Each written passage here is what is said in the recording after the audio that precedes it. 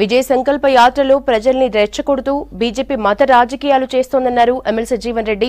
ఏనాడు ప్రజల్ని పట్టించుకోని బీఆర్ఎస్ నాయకులు ఇప్పుడు నీతులు చెప్తున్నారన్నారు కాంగ్రెస్ సీనియర్ నేత మల్లు రవి. పేదల కడుపు నింపిన తర్వాతే బీజేపీ ఓట్లు అడగాలన్నారు కాంగ్రెస్ నేత జగ్గారెడ్డి. మరోవైపు కాంగ్రెస్ రాష్ట్ర ఇన్ఛార్జి దీపాదాస్ మున్షి సమక్షంలో మాజీ ఎమ్మెల్యే తీగల కృష్ణారెడ్డి, రంగారెడ్డి జెడ్పీ చైర్పర్సన్ అనితారెడ్డి కాంగ్రెస్ లో జాయిన్ అయ్యారు.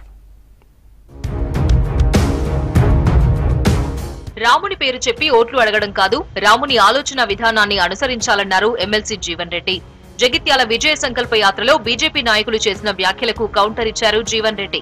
రెచ్చగొట్టే ప్రసంగాలతో బీజేపీ ప్రజలను మభ్యపెడుతుందన్నారు. ఎన్నికల్లో ఇచ్చిన వాగ్దానాల్లో బీజేపీ ఎన్ని అమలు చేసిందో చెప్పాలన్నారు. కవిత లిక్కర్ కేసు గత 2 ఏళ్ల నుంచి సీరియల్లా బీజేపీ సాగదీస్తోందన్నారు ఎమ్మెల్సీ జీవన్ రెడ్డి. రాముని నమ్ముకోవడం అంటే ఏదైతుందో రాముని పేరు చెప్పుకుని బతుకుడు కాదు, రాముని పేరు చెప్పుకుని ఓట్లాడు కాదు. రాముని వారి యొక్క ఆలోచన విధానాన్ని నీ జీవన విధానంలో ఏదైతుందో నువ్వు అనుకరించు అని చెప్పంటున్నా. పితృవాక్య పాలకుడే ఆడిన వాడు తప్పని వాడు శ్రీరామచంద్ర ప్రభు అని చెప్పంటున్నా. ఇదే నా మోడీ గారే ఆడిన మాట తప్పనోడు, నువ్వు రాముల వారి కొలిచే హక్కు నీకు లేదు అని చెప్పంటున్నా. పార్లమెంట్ ఎన్నికల్లో బీఆర్ఎస్ ఒక్క సీటు కూడా గెలిచే పరిస్థితి లేదని ఎద్దేవా చేశారు కాంగ్రెస్ నేత మల్లు రవి. రాష్ట్రంలో జరుగుతున్న ప్రజాపాలన కేటీఆర్ కు కనిపించడం లేదా అని ప్రశ్నించారు. బీఆర్ఎస్ పాలనలో ప్రజలను పట్టించుకోలేదని, ఇప్పుడు మంత్రులను సైతం సాధారణ ప్రజలు కలుస్తున్నారని తెలిపారు కాంగ్రెస్ నేతలు. రేపు జరిగేటటువంటి పార్లమెంటు ఎన్నికల్లో బీఆర్ఎస్ పార్టీకి ఒక్క సీటు కూడా వచ్చేటటువంటి అవకాశం లేదు. ఎందుకంటే ముఖ్యమైనటువంటి హామీలు ఏవైతే కాంగ్రెస్ పార్టీ ఎన్నికలకు ముందు ఇచ్చారో ఆ హామీలన్నింటినీ అమలు చేస్తున్నారనే నమ్మకం కూడా ప్రజల్లో కలిగింది. రాముడి పేరుతో కాదు, పేదల కడుపు నింపి బీజేపీ ఓట్లు అడగాలన్నారు కాంగ్రెస్ వర్కింగ్ ప్రెసిడెంట్ జగ్గారెడ్డి. కేటీఆర్ తండ్రి చాటు బిడ్డ అని, మొన్నటి వరకు సీఎం కొడుకు, ఇప్పుడు మాజీ సీఎం కొడుకు అని ఎద్దేవా చేశారు. తనకు ఎంపీ టికెట్ కావాలంటే కాంగ్రెస్ సీనియర్ నాయకులను అడుగుతానని, లేదంటే రాహుల్ గాంధీకి చెప్పే ధైర్యం ఉందన్నారు. కానీ చిల్లర రాజకీయాలు చేయనన్నారు జగ్గారెడ్డి.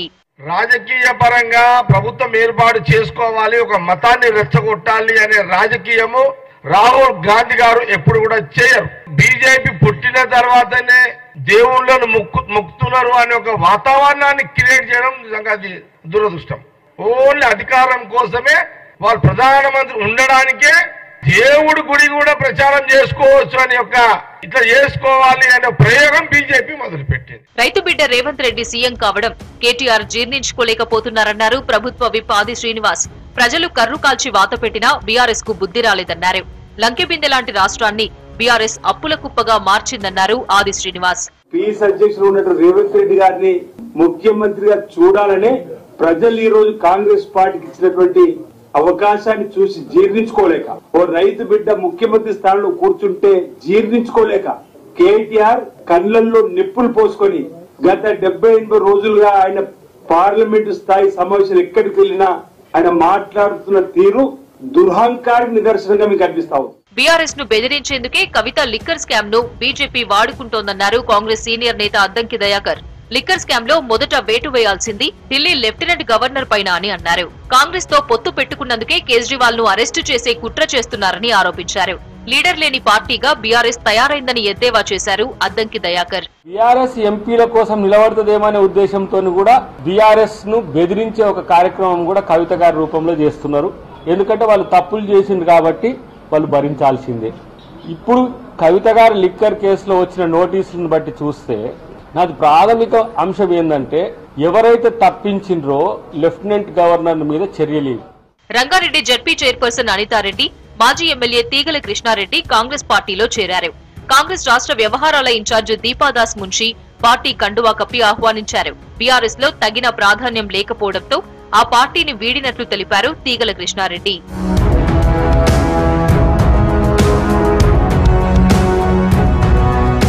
రాముణ్ణి అడ్డుపెట్టుకుని బీజేపీ రాజకీయాలు చేస్తుందన్నారు కాంగ్రెస్ లీడర్లు. బీఆర్ఎస్ నాయకులను ప్రజలు నమ్మే పరిస్థితి లేదన్నారు. మరోవైపు లోక్సభ ఎన్నికల ముందు కాంగ్రెస్ లో చేరికలు ఊపందుకున్నాయి.